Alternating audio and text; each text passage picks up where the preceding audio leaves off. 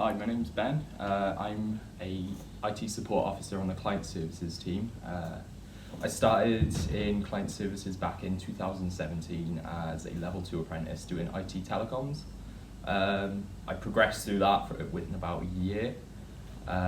Moved from there then to get my band 4 permanent within client services and started to progress within my role. It was after then that I started to find out about more opportunities within Myfyrwyr, especially about the digital degree apprenticeship that come up. This helped me to really develop into my role then I started working alongside that with my degree.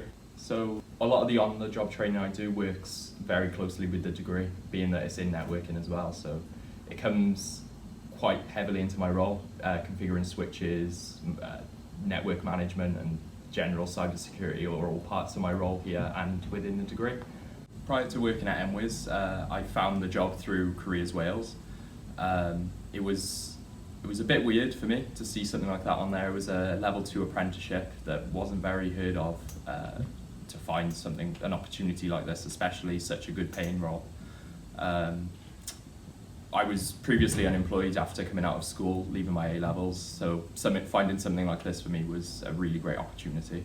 Currently I'm working in client services, but I've just recently got a promotion in the NOD National Operational Databases team, working with SQL management and management of all the databases that hold patient information.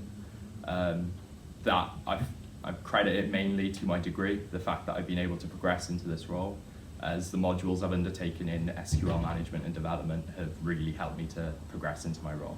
In 3 years' time, I hope to have a cybersecurity degree, as well as in networking.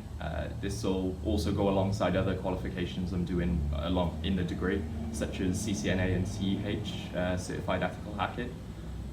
These are all perfect opportunities for me, all provided through the uni, and I hope to finish now with a BSc Honours at the end of my course.